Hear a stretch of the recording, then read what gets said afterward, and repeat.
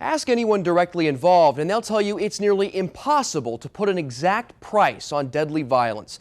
But we wanted to at least give you an idea, and in the 6 months we spent putting this story together, we found you don't have to know the victim or the suspect or anyone directly involved.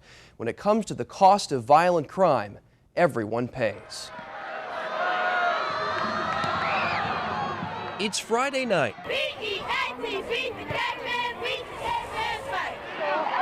Football Friday. 4 minutes, 14 seconds to go in the first quarter. And Jill Young is once again cheering on her son's team. Panthers 6, Cavemen 0. It's one of her favorite ways to remember him.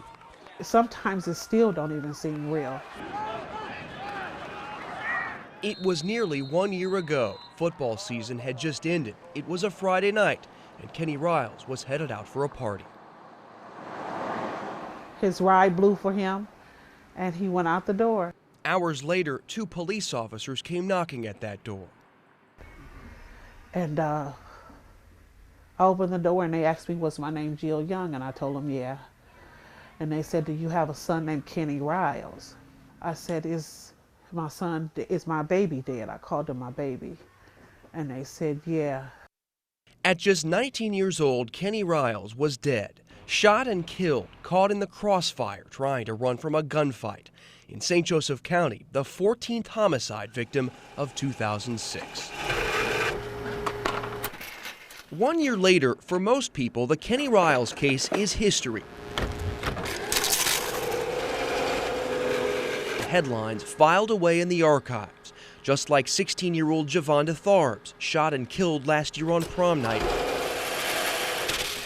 and 18-year-old Jeremy Briones, murdered on the sidewalk during an argument. It's the human cost of homicide, now tucked away. But authorities say there's another cost you won't see in the headlines or the stories behind them, a cost that can't be tucked away, a cost you paid for. It comes out of everybody's pocket. When we come back, the price everyone pays for homicide. It affects you. It affects everybody in this community.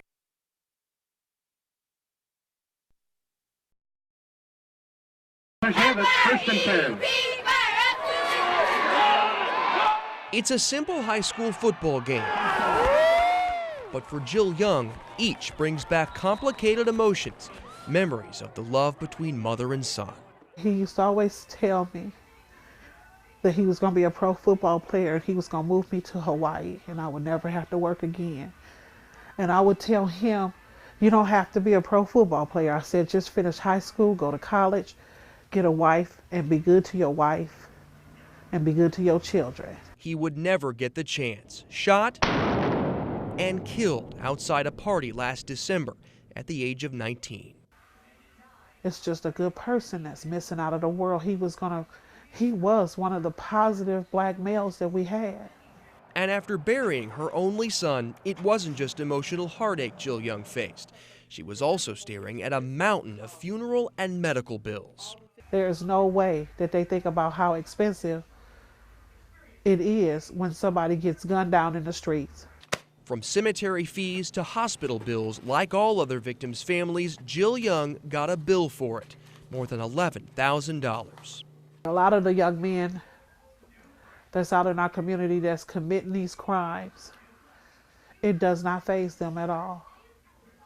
What it's costing, emotionally, financially, they don't care. But we learned that when it comes to murder, family members aren't the only ones paying the price. It comes out of everybody's pocket. Authorities say you are too. For 14 hours after Kenny Riles was shot and killed at this West Side intersection, city police officers had to sit here, securing the scene as investigators looked for evidence. The cost? $2,159 in hourly and overtime pay. Forensic tests and ballistics analysis, more than $5,000. And remember, this is for just one victim alone.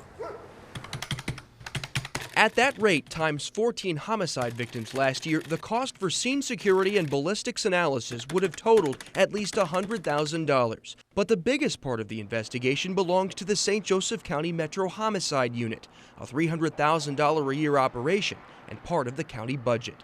When my team goes out, we have 2 investigators and 2 technicians in addition to myself. There's also the cost of the autopsy, $1,300 for every victim paid for by the public. Last year, that totaled more than $18,000. Lab costs ranging from $300 per victim to nearly $1,000. X-rays and the price to read them, $203 to $320. For every victim, billed to the county, all paid in the end by you and me. There's just so many things that it almost runs into infinity. That also includes court costs. It varies widely, but last year, the 3rd Osco triple murder trial cost just under $200,000. But the biggest financial cost when it comes to homicide is keeping the killers behind bars. At $59 a day per inmate, this year Indiana taxpayers will spend nearly $45 million to incarcerate convicted murderers, a 51% increase from 15 years ago. And it's that cost that angers Jill Young most, the cost of keeping the man connected with her son's killing behind bars. My money and everybody else's money here in South Bend is going to pay for his stay in prison. So he gets 3 meals a day. He gets clean sheets and coverings to cover up at night. He has somewhere warm to sleep at night. And my son is in his grave. The man being held responsible for the death of Kenny Riles is scheduled to be sentenced in federal court next month. 5 others are also serving time for federal gun charges.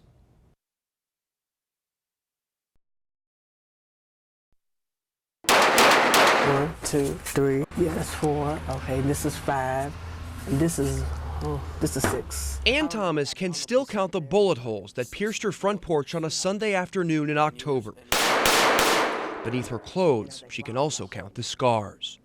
And then when I looked down, I saw blood. I said, God, I've been shot.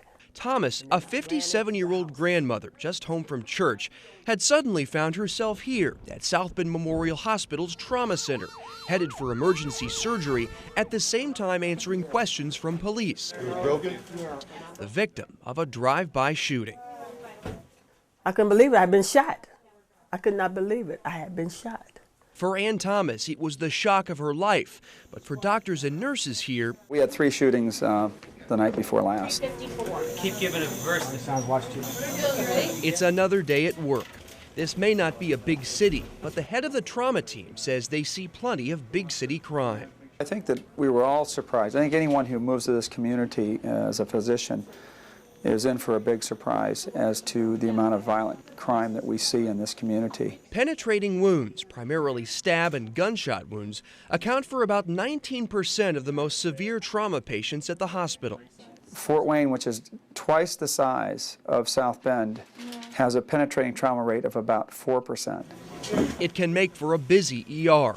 According to hospital data, in 2006, the trauma team saw 59 gunshot victims. 40 were assault wounds, 11 more than last year. And as exhaustive as the job can be here, the cost of treating the victims of violence is just as staggering. You're talking numbers pushing into the hundreds of thousands of dollars. It starts on the street. The ambulance ride with red lights and siren, $475 plus $547 a mile. Once inside, treatment often begins in the thousands.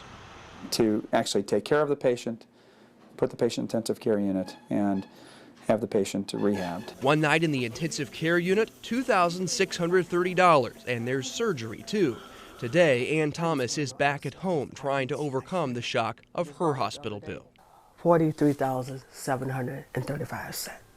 $43,000 for finding herself the innocent victim in a drive-by shooting. Fortunately, insurance will pay most of her bill. She didn't lose consciousness. But Dr. Thomas says when it comes to victims of violence, Thomas is an exception. If a patient comes in as a shooting or a stabbing, typically those patients don't have your typical insurance, and we don't get paid for those cases. Last year, Memorial Hospital wrote off more than a third of its total hospital bill for homicide cases to charity.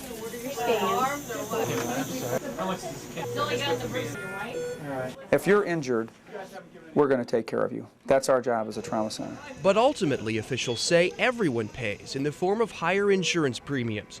And Ann Thomas says everyone also pays another cost, a cost you can't put a price on. Because there's innocent people getting shot and killed for no reason.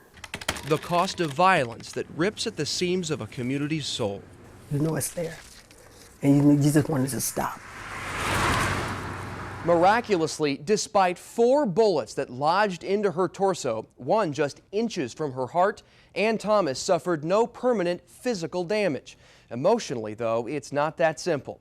She's in the process of moving out of her West Side neighborhood after 2 decades because she says she can't live there anymore and relive the memory of what happened.